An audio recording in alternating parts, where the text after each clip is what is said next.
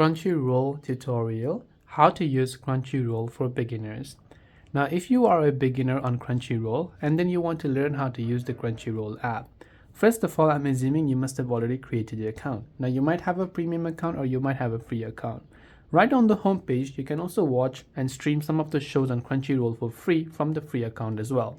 For that, you can tap on the search icon from the top right hand side to search for your favorite show or anime, or you can just choose the popular ones right from your home page.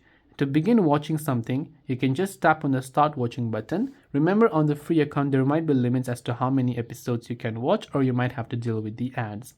Second is the My List option, where you can see all of your watch list, your Crunchy list, your history, and even download for offline usage if you have got premium.